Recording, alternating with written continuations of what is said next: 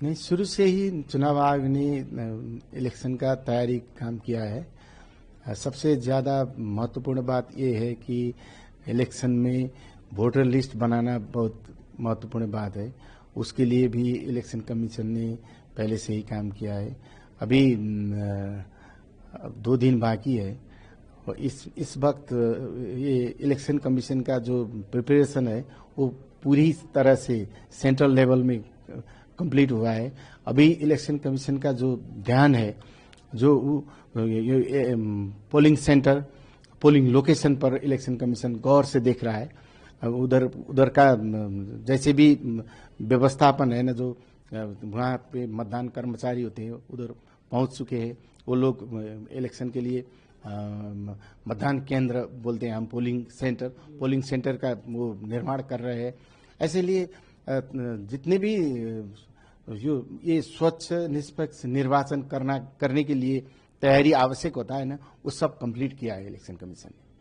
अभी पिछले दिनों क्योंकि चुनाव इससे भी महत्वपूर्ण है, हमने हाल में सितंबर में, उसके बाद अब आप लोग पे काफी लोगों की उम्मीदें हैं और काफी दबाव दिया है कि आपने स्पष्ट तरीके से चुनाव कराया। इसके लिए कैसे सुनिश्चित कर रहे हैं कि पारदर्शिता बनी रहेगी? नहीं,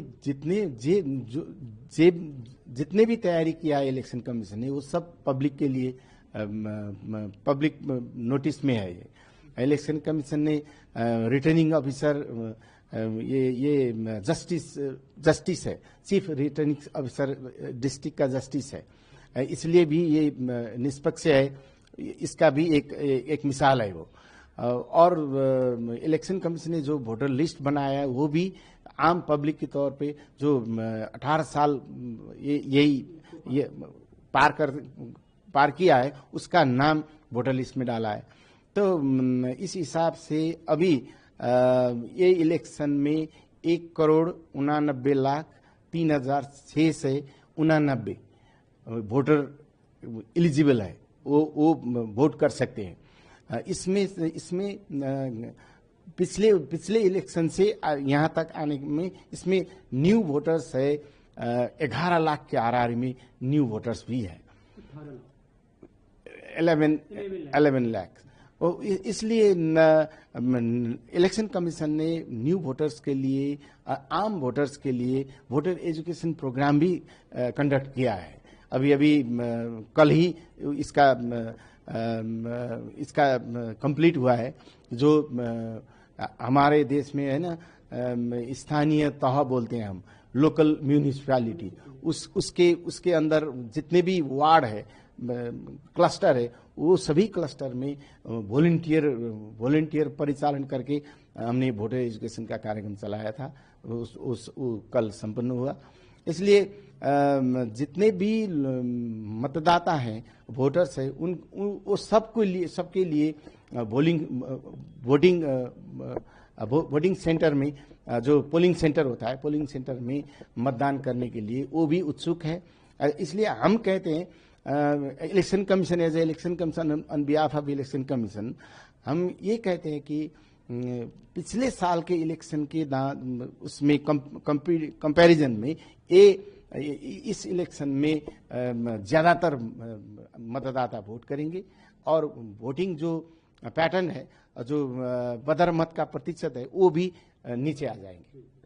दूसरी बात, अभी क्योंकि आपने मतदाता सेंटर आपने बनाए हैं और लोग इजीली पहुंच सके, पिछली बार की तुलना में कितने ज्यादा है? पोलिंग लोकेशन हमारे में 10,967 10,967 ये पोलिंग लोकेशन है। पोलिंग सेंटर 23,112 ये पोलिंग सेंटर।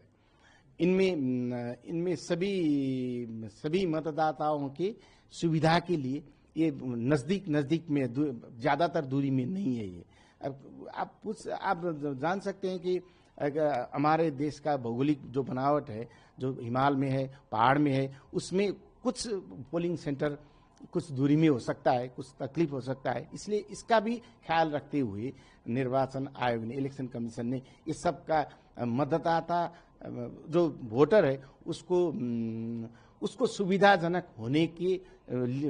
होने वाला सेंटर स्थापना किया है। सिक्योरिटी की क्या कुछ प्रोविजंस रहेंगे, क्योंकि नेपाल भौगोलिक दृष्टिकोण से भी काफ़ी चैलेंजिंग होता है आप लोगों के लिए, तो सिक्योरिटी पर्सनल किसने है, किस किस तरह के उसके चरणबद्ध तरीके से आप लोग उसको लागू करें? सिक्योरिटी में कोई प्रॉब्लम ही नहीं है। अभी इलेक्शन का जो सिक्योरिटी होना चाहिए वो क्लियरली है।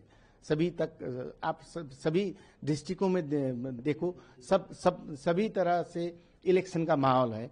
जहाँ पर भी कोई कैंडिडेट हो या कोई पॉलिटिकल पार्टी हो, अपना अपना प्रचार प्रसार निर्बाध से कर रहा है, फ्रीली कर रहा है। तो इसलिए इसमें कोई सिक्योरिटी का प्रॉब्लम भी नहीं है। लेकिन कितनी संख्या होगी सुरक्षा बलों की जो नहीं, कंडक्ट कराएंगे वो? ये इसका अरेंजमेंट गवर्नमेंट करती है। इलेक्शन कमीशन और गवर्नमेंट दोनों मिलके इसका मैनेजमेंट किया है। वो डिटेल में वो गवर्नमेंट करती है। जी, एक और सबसे इम्पोर्टेंट सवाल होता है, क्योंकि नेपाल जिन पड़ोसी देशों से घिरा, सबकी चुनाव हो, एक सशक्त सरकार बने, जो पड़ोसी देश है उनकी भूमिका को अगर आपको जानकारी दे, सहयोग की भूमिका या जो भी हो, भारत या चाइना की तरफ से जो भी हो। अभी तक तो पड़ोसी देशों में मित्र राष्ट्र भारत ने हमारे इलेक्शन के लिए व्हीकल प्रोवाइड किया है। आप देख भी सकते हैं, हमारे इसमें रखा है। और पड़ोसी कोई चाइना और कोरिया, जापान जैसे मित्र राष्ट्रों ने भी कुछ सपोर्ट किया है, पर वो नेपाल सरकार के थ्रू सपोर्ट किया है। हमारे सीधे डायरेक्ट सपोर्ट नहीं किया है। ये भारत सरकार ने जो व्हीकल दिया है वो भी गवर्नमेंट की थ्रू आया है। हमने क्योंकि देखी भारी संख्या में गाड़ियां खड़ी हैं जो भारत हाँ, नेपाल सहयोग लिखी। हाँ। कितनी गाड़ियां भारत सरकार ने आपको दिए चुनाव करने में? चुनाव आयोग के लिए उसने मेरे ख्याल से 87-86 व्हीकल प्रोवाइड किया है। और उसके अलावा कुछ सहयोग जो आपको भारत? नहीं, उसके अलावा मेरे ख्याल से व्हीकल ही चुनाव आयोग के लिए व्हीकल ही प्रोवाइड किया है उन्होंने। भारत के साथ आप रिश्तों को कैसे देखते हैं चुनाव के मद्देनजर? नहीं, उनका महत्वपूर्ण सपोर्ट होना चाहिए, हो भी रहा है, क्योंकि चारों ओर से 3 एंगल से वो नज़दीक में है, वो बॉर्डर में है। इसलिए वहाँ से कुछ बॉर्डर भी सील किया है नेपाल गवर्नमेंट ने सिक्योरिटी की पर्सपेक्टिव से। तो इसलिए मित्र राष्ट्र है, सपोर्ट तो होगा ही।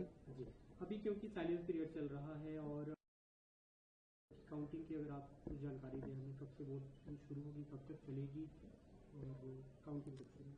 हमारी लीगल प्रोविजन ये कहती है कि जब कोई मतदान पोलिंग सेंटर में, पोलिंग स्टेशन में जब मतदान का कार्य समाप्त होता है, उसके बाद बैलेट बॉक्स कलेक्शन होता है, वो सेंटर में होता है।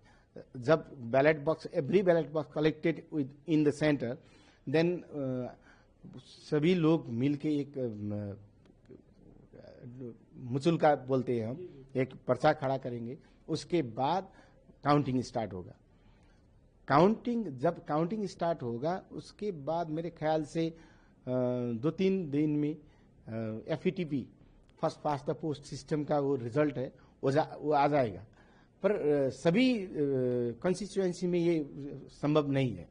जहाँ पर वो ज्यादातर मतदाता है, ज्यादातर पॉपुलेशन है, वहाँ कुछ टाइम लगेगा। जहाँ कम है वहाँ जल्दी हो जाएगा। चुनाव की समय क्या होगा, कब से शुरू होगा, कब तक टाइमिंग?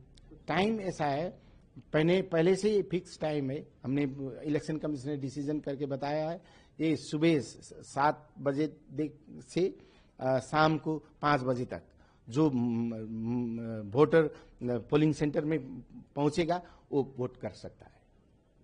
इसके अलावा अगर आप हमें, जैसे काउंटिंग का आपने बताया, पिछली सरकारों में हमने काफी देखा, काफी लेकर आरोप लगते रहे कि उस पे वो अगर पारदर्शिता रहे, उसके लिए आप लोग की क्या तैयारी है?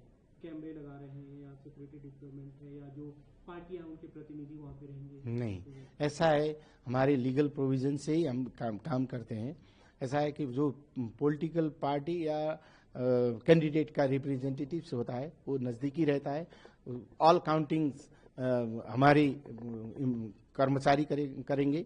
उसके लिए पहले से ही एक काउंटिंग ट्रेनिंग भी दिया है। उन्होंने काउंटिंग ग्रुप होता है, शिफ्ट में काउंटिंग होता है, काउंटिंग स्टार्ट करके वो एंडिंग तक काउंटिंग चलता ही रहता है, पर एम्प्लॉय चेंज होते हैं।